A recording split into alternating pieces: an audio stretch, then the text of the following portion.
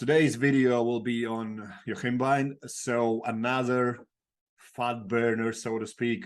We just want to get through most popular ones, the most used ones, and just kind of highlight what's where, how. So we already discussed a couple of them that might be legal in some countries, might be legal in other countries. It kind of loses the idea about, hey, what's ethical, what's legal, and all those kind of things. If you can flip-flop from one country to another, and it changes everything completely. Yohimbine is probably one of the more available ones everywhere. And would be good to understand where it has come from, what does it actually do, what are benefits, are there side effects, is there something that people need to know?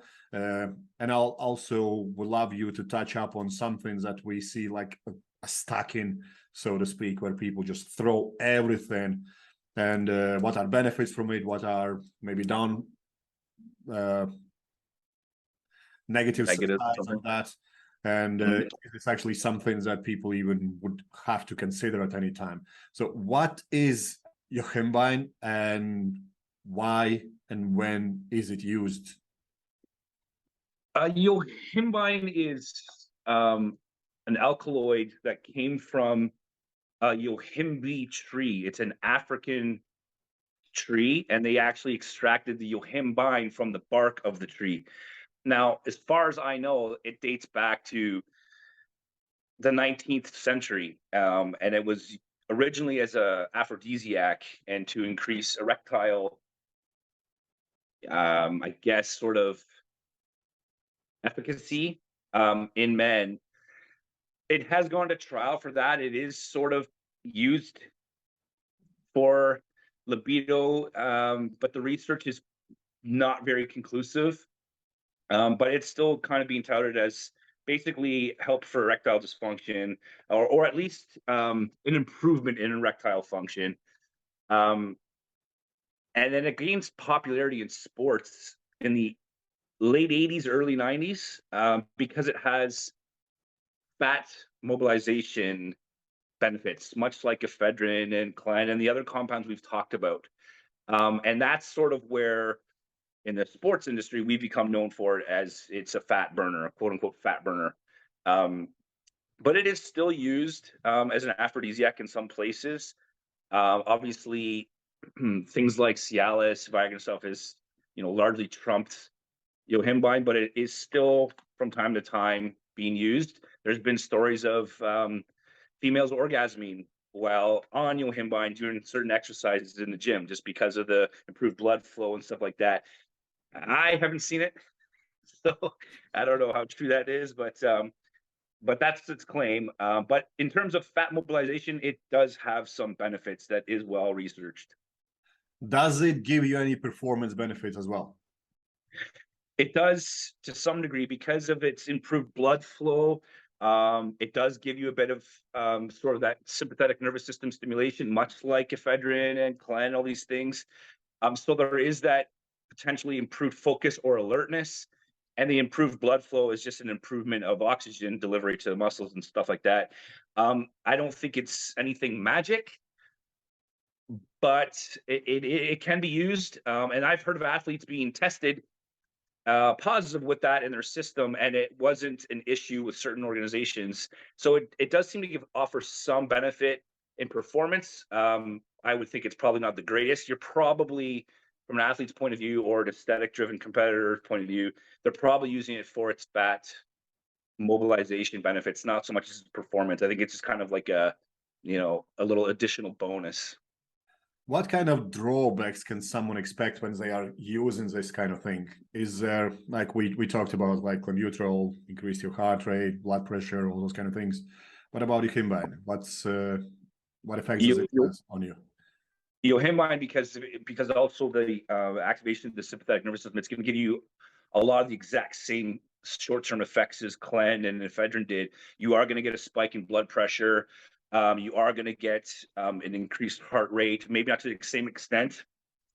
Yohimbine causes water retention, though, which not a lot of people are aware of. And it can also really drive anxiety.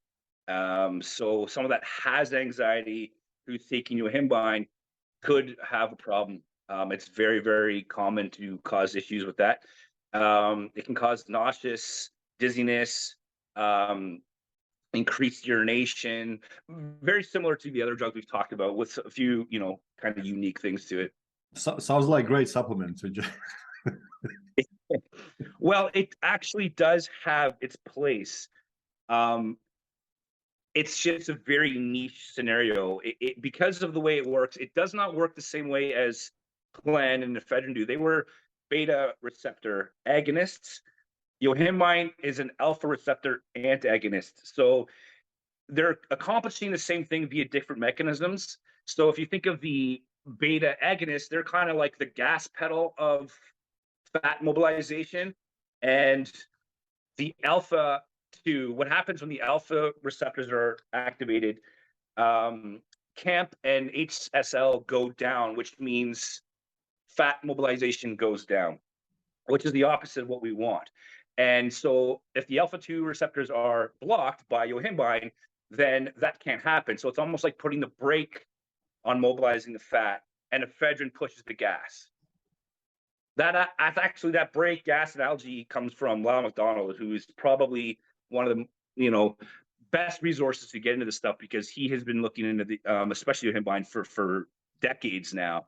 But that's really its claim to fame, is that it's preventing your body from holding on to the triglycerides. It's allowing you to mobilize them. But the problem is that it's only going to become beneficial when you're getting down to the stubborn fat.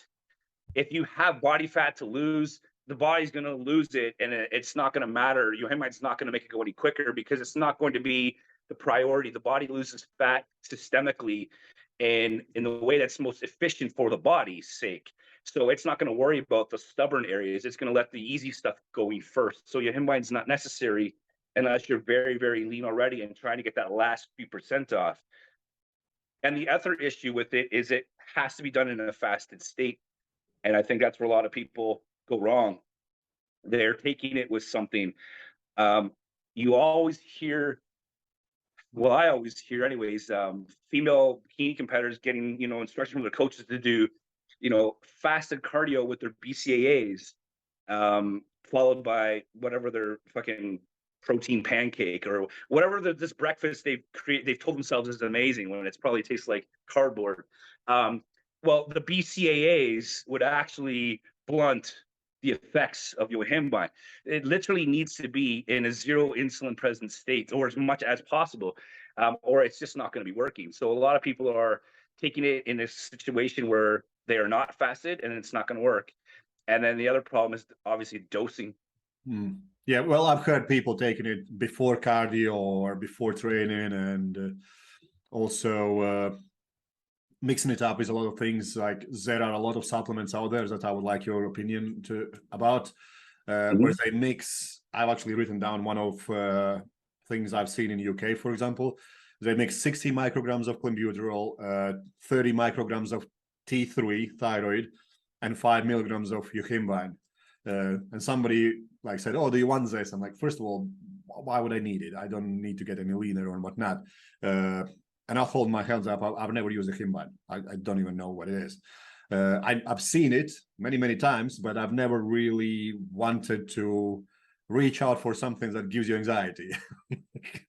And I've never had issues of losing body fat, because I understand the mechanism behind it, and I'll just work a little bit harder. But like you said, it's probably not even useful unless you are really lean and want to get maybe ultra ripped, and you're missing out something. So what do you think about these mixtures? What thought process behind even creating something like this? I think it's just another supplement. I don't want to say it's a scam, but it's just another supplement gimmick that promises you the world, and it will never deliver unless you happen to be that magical unicorn whose body weight is exactly what they dosed their product on. But with that one that you just listed, that wouldn't really make sense, because 60 micrograms of Clen, that's a decent amount for sure, for most females for sure, even some males. But 30 micrograms of T3 is quite a lot. 25 micrograms approximately is a complete replacement dosage. So if you took around 25 micrograms, your body is not going to produce any. So 30 is a pretty wicked shot of T3. So right off the bat, the body weight, you're starting to question how this was created, this dose formula. And then Yohimbine at 5 milligrams, that's nothing. Like my daughter weighs more than what 5 milligrams wouldn't be effective. Yohimbine needs to be dosed around 0.1 milligrams per pound. So if you had a 100-pound female, you're looking at 0.1 milligrams per pound. So that 5 milligram dose of Yohimbine, any athlete that's not like a fucking in kindergarten taking that, it's not enough. And the T3 is a lot. And the clan is a decent shot too. So to me, that combination is interesting. I wouldn't do it. I wouldn't have anyone do it. I think stacking things that are based on body weight is fine if you're stacking them individually, because you have to stack them based on body weight. But if you're just taking something that's been created for you, almost certainly you're not going to line up with the body weight that's going to be effective for the product. And that's the common thing with supplements. They will put in whatever the researched ingredient is, they'll put it in the bottle so it can be on the label, but then it'll be a proprietary blend where it was a certain amount only. And the odds of that being your body weight, it's just almost not going to happen, and you'd probably be cheaper just go buy the ingredient separately anyways. Save yourself $60 on the most popular pre-workout or whatever it is, when, caffeine is $10 for a bottle.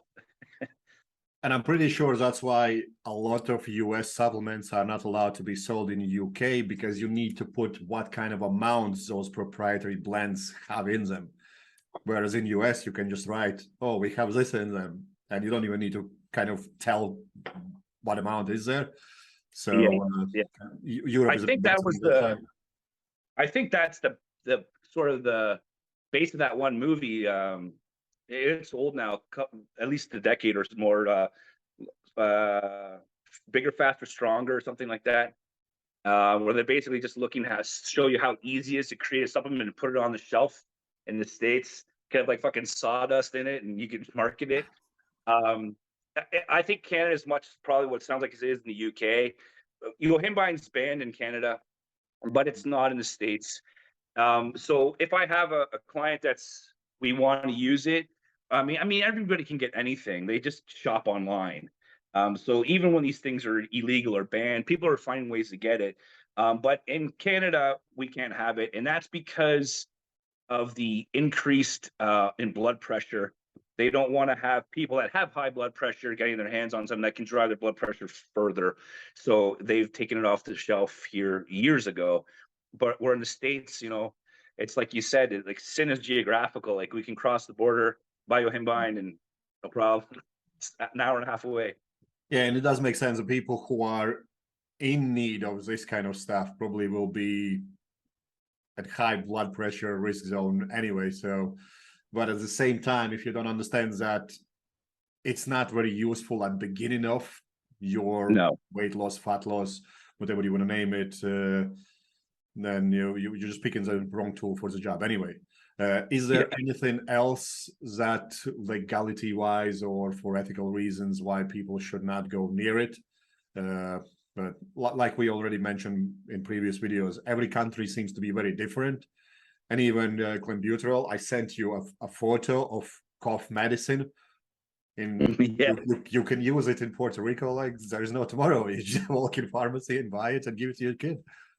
Yeah, it is quite interesting. I don't find Yohimbine to be overly problematic. I think you want to, if someone's looking to get, I think they want to get the Yohimbine HCl. It's a synthetic, basically the synthetic version of it, because if you actually get Yohimbine from the bark itself, apparently the side effects largely outweigh the benefits, and it's apparently pretty nasty. I've never tried it. But Yohimbine HCl, I have tried. I have some of my clients using it. The biggest drawback to me with Yohimbine is the very short window of action you have with it. You have to be in a fasted state, and it has to be taken about an hour or so before your aerobic activity. So that's not overly efficient for a lot of people's lifestyles. If it is, then it is definitely a tool that does work. There's no question that it works, but you just want to implement it in the right scenario. So an hour before your aerobic activity, you could take it fasted. Has to be fasted, and then you have to dose it to your body weight. So, like I said, 0.1 milligrams per pound or 0.2 per kilogram, whatever. And the issue with that is, in the fasted state, is a lot of people feel nauseous, like borderline pukey. Some people, and they'll have to deal with that while they do their aerobic activity. The minute they put anything in their body after, the nauseous feeling is gone, like within minutes. It's literally just because of that action going on in that fasted state. So once you eat, it's fine. I've never had anyone puke, but I've had at least half the people using it saying they feel like they're going to puke. So if you can set it up where you can be fasted for an hour prior to aerobic activity, and that doesn't interfere with life, and you're at the point where you're trying to get the last little bit of percentages of body fat off your body, it's going to work. You just have to deal with the fact that it is going to cause some nauseous feelings. And then if you have anxiety already, I don't think it's a good tool. If you aren't an anxious person, I think you're fine. I have not seen or heard of it causing anxiety, but I've heard of it increasing someone that has anxiety. So you kind of have to weigh it out. And then a female, obviously, because they're constantly worried about body weight, Yohimbine causes water retention. So you have to understand that first. So if you put it in, you did your cardio, and then over the next few days, as it's building in your system, your weight goes up, you're going to freak out. But it's supposed to. It's doing that. It will do that. And then when you stop, it'll go away. So I think those are the kind of the intricacies of that compound that some people aren't aware of or don't pay attention to, that make it people think that it's not working or not worth it. But if you actually are using it how it's intended, it does work, and it is quite effective, especially for a quote unquote supplement. Like, I mean, it is theoretically illegal in Canada, but it's legal in many places in the world still. For even things like we talked about earlier, like for sex drive and libido and stuff like that. But in my opinion, it's a good tool to know about. The need for it is not as often as people think. And I probably would never suggest it's coming from a stacked, predetermined, thing like you're talking about. There's a product that floats around here known as Helios, which is very similar. It's got clenbuterol in it, and it's got I think it's it's albuterol, ephedrine, and Yohimbine, something like that. I can't remember. But the same thing. It's very specific dosages of these compounds, and then the Yohimbine is largely underdosed for anybody. Nobody that's interested in these, aesthetic goals is small enough that 1 to 5 milligrams of Yohimbine is enough. Like, you probably have to double that for almost anyone looking to use it. Why does it give it? Just gives them a little bit of anxiety, so they feel that they are working harder. yeah, probably because a little bit of that. Their heart rate goes up slightly, but then there's also the other compounds in there, like clenbuterol or ephedrine. You're going to notice that working too. And the compound that you're talking about, 60 micrograms of clen is, if somebody has never used that or they're a small body weight, I mean, that's a lot. Yeah. So they're going to know that. And if they think that it's working and they're jittery and they're wired up, they're thinking this is magic. But the actual effects of Yohimbine at that dose, it's probably doing nothing. Nothing of any benefit anyway. Potential negatives for sure, but no benefit. It does sound that it would be better for somebody who is practicing like fasting and things like that, which brings me to question, are there any anabolic effects from Yohimbines that can preserve from muscle loss? No, not that I'm aware of. Nothing direct or indirect. But you could argue potentially, I guess, that if it caused you to have a little bit more of a sympathetic drive or a little bit more alertness and focus, maybe your training would improve. I think that's a stretch. I would never consider Yohimbine as any potential anabolic of any sort. No.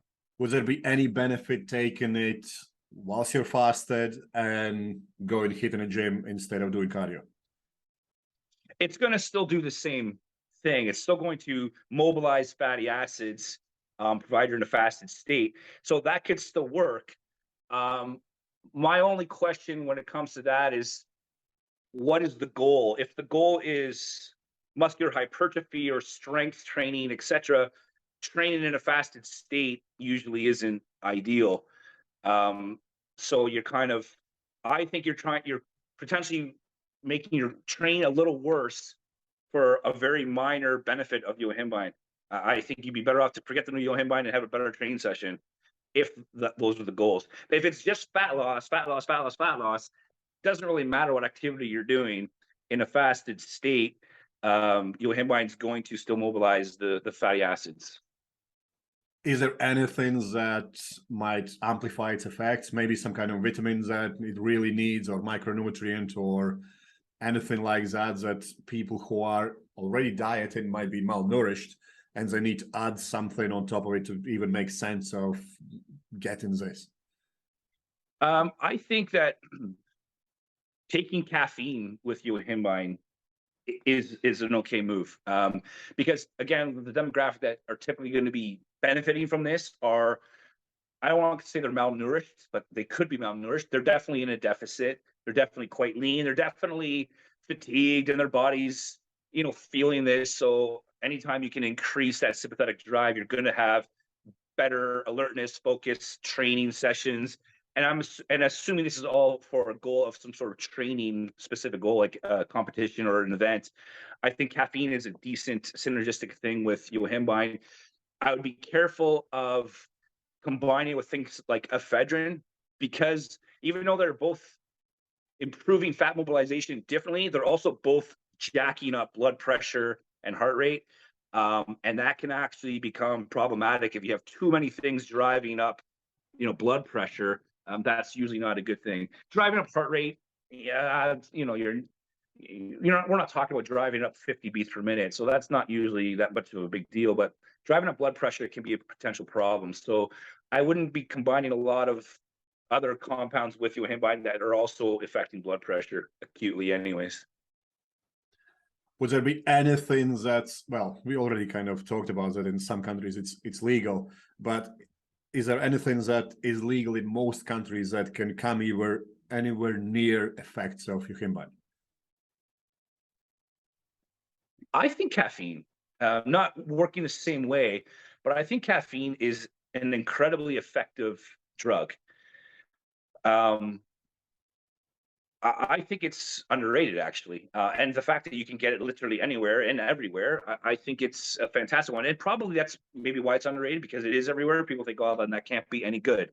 But caffeine is fantastic. I mean, it shows benefits in pretty much anything sports performance related. And it's really really hard to cause significant problems with the caffeine. Like, you really have to be abusing that stuff. And I don't know of anybody that does, but I'm sure it's possible. But realistically, I think caffeine's a pretty good all around choice.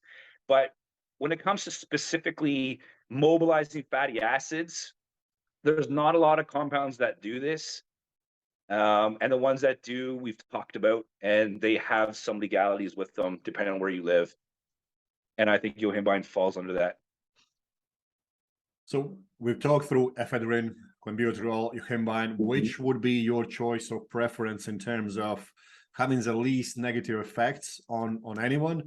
Or is there a order of sequence how you would approach it, let's say from beginning of fat loss phase, reaching out, let's say 25-week fat loss phase, and every 8 weeks they have week break or whatever? Would there be anything that you would say, hey, if you're starting and you're absolutely healthy, everything is going right, and you want to really optimize this and want to max out without causing too much issues on your health, maybe start with this supplement first, then maybe in the middle, when things get harder, get this one added, or maybe mixture of two, and then at the end, something like that? Would there be any kind of logical sequence of things? And when would you apply any of this? That's a good question. I have a kind of like a thought process on how I go about it.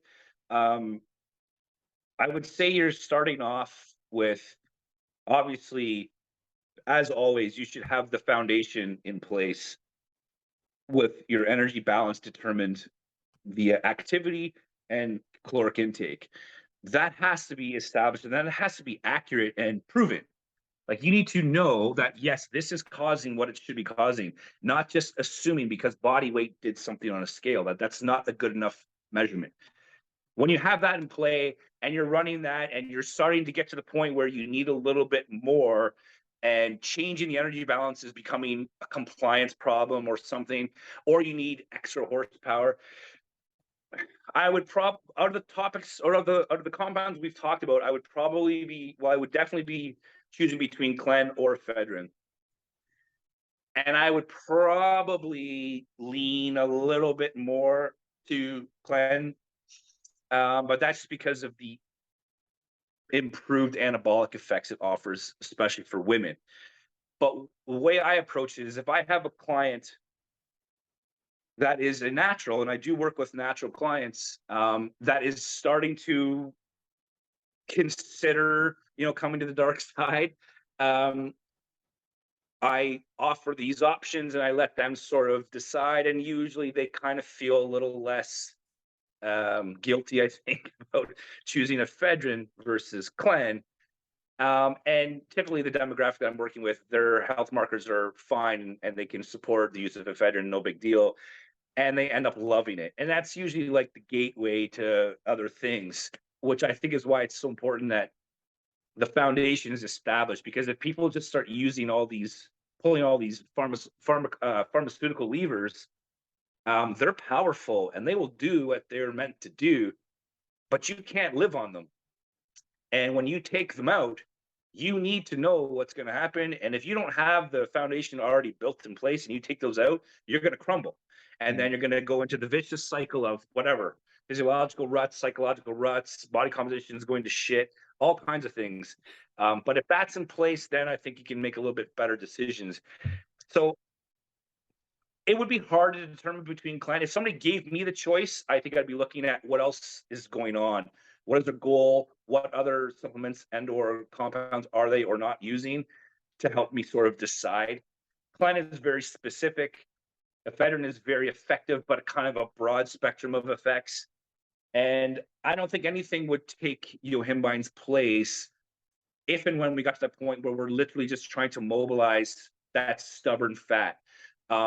Females have what seems to be more alpha-2 receptors in their hips and thighs on their fat cells. Men have it in their low back. This drug or this supplement is basically putting a brake on that and allowing those fat cells to be mobilized. And I think that's a benefit that other compounds just aren't specifically looking at, aside from a hammer like, DNP, which I think we've intentionally left out of the conversation. So I think Yohimbine's going to potentially come to a point where it's a good tool, and I don't think there's anything that replaces it. But it's not magic. And again, you're looking at like dotting I's and crossing T's at that point. Most people aren't needing to get to that level of leanness. So suffering through the nauseous, hour of fastedness plus the cardio after that, it just might not be worth it. But to each their own. I don't know if I rambled a little bit, but it's a tough question because it really kind of comes down to the individual, to be fair. Yeah, it definitely makes sense. And as you mentioned a little bit as well, something I wanted to ask about is drawbacks from using all these supplements, so to speak. You give yourself delusions that you can maintain this type of physique forever, and you never can. No. And that's something people need to come to terms with. I don't know about yourself, but for me personally, I would only suggest people to get really lean. First of all, to understand how you actually look like. And second, what I have observed is they start holding body fat completely different afterwards. So they start looking much better once they have been extremely lean, in sense of they start holding body fat in places where previously would be more problematic, whereas now they kind of even out their physique. But never fall for delusions that you can walk around shredded, chiseled abs all year round, especially if you're a woman, because you just harming yourself. You want it or not. It's just not healthy for anyone to be like that. If they're walking around that lean, hormonally, there's a lot of issues going on. So they've got to be providing some sort of exogenous hormonal support. And if they're doing that or willing to do that or have no choice to do that, then, you know, it's a different physiological state you're working with. And at that point, it's possible, but they may not want to be there. They may not have chose that, you know, like maybe they caused themselves these hormonal issues from poor dieting choices in the past, whatever. Now they have no choice, but it's kind of like being on, you know, hormonal replacement therapy of some sort. But typically, yeah, if they don't have, if somebody doesn't have their energy balance figured out in the beginning, I don't think just throwing compounds and supplements at you is the right answer, because you just don't know what's doing what at that point. I find that 100% of the time, every single female client I've worked with, if they've stuck around to understand my coaching methods and how I'm doing things, they feel this. They all say the same thing, and you can see it in them, and you can just tell they all have this sense of almost like empowerment of knowing that, hey, 1,900 calories a day doesn't cause me to gain body fat. Once they realize that, or 2,000 or whatever it is, I mean, some of my clients are over 2,500 and they won't gain body fat. They'll see scale fluctuations. But if they've stuck it out long enough and I've shown them their trends and their patterns and their body compositions improved or stayed the same, once they realize that I am not gaining body fat at this amount of caloric intake, it's like a weight was lifted off their shoulder. They can literally go out on a date night, on whatever they want to do.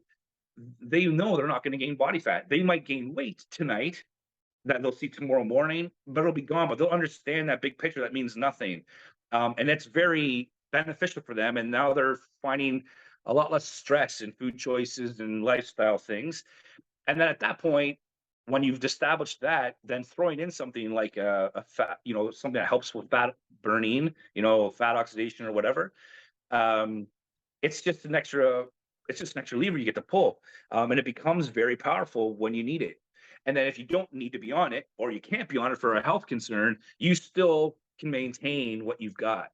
I think that's really, really important, especially for long term. What is your take on important things? Would you say that it's probably advisable, if you're going fat loss, fat burning, weight loss route, to maybe work on yourself mentally first, to accept that these changes will not be permanent? You're doing it for a short period of time, just to set yourself for a better, healthier body in future. Because we often observe that people struggle mentally, especially people who are competing. They should never even compete because they just end up having eating disorders. Would you say that it would be good if people, before they embark on this route, sit down and honestly talk to themselves and kind of, hey, this is going to be this, but I might look better at the end of it, but I need to accept that I will not look $1 million for the rest of my life, and I will have to settle for less than desired physique that I have in my mind at the moment? I think it's hard to say, because I'm not a psychologist or anything like that.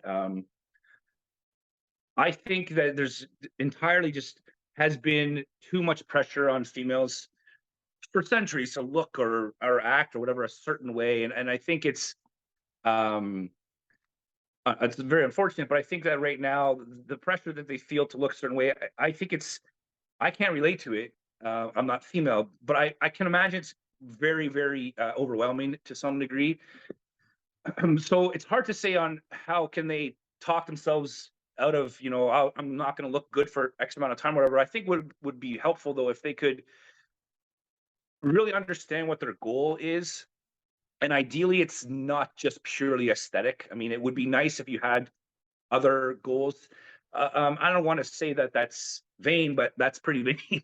So, like, if there's some other goals, you can focus on those to show that progress is almost always happening. If it's a performance goal, you can almost make sure progress is always happening.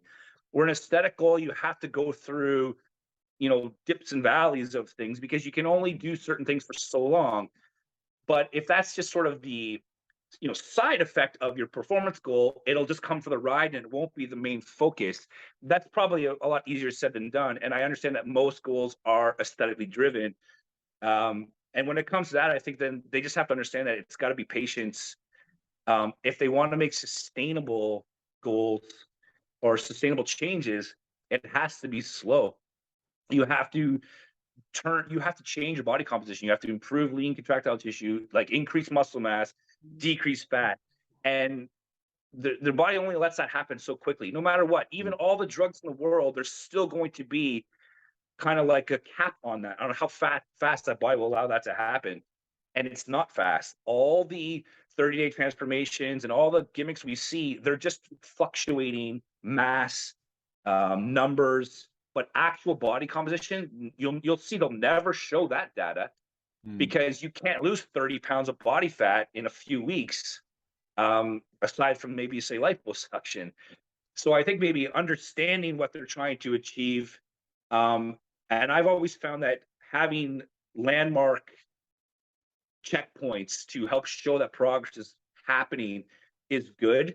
But at the end of the day, depending on their goal, many women can have a physique that they like and keep it year round. It just depends on what that physique looks like. But if it's that bikini look that we see on stage, that look cannot be sustained all year round. It just cannot be unless you are staying on drugs all year round. And if you are, then you reap the repercussions for that. There's no getting around it. Yeah. Awesome, Scott. We're going to leave it at that. Thanks for your time. And I'll catch up with you on the next video and unwrap different topics now. Sounds good. Thanks.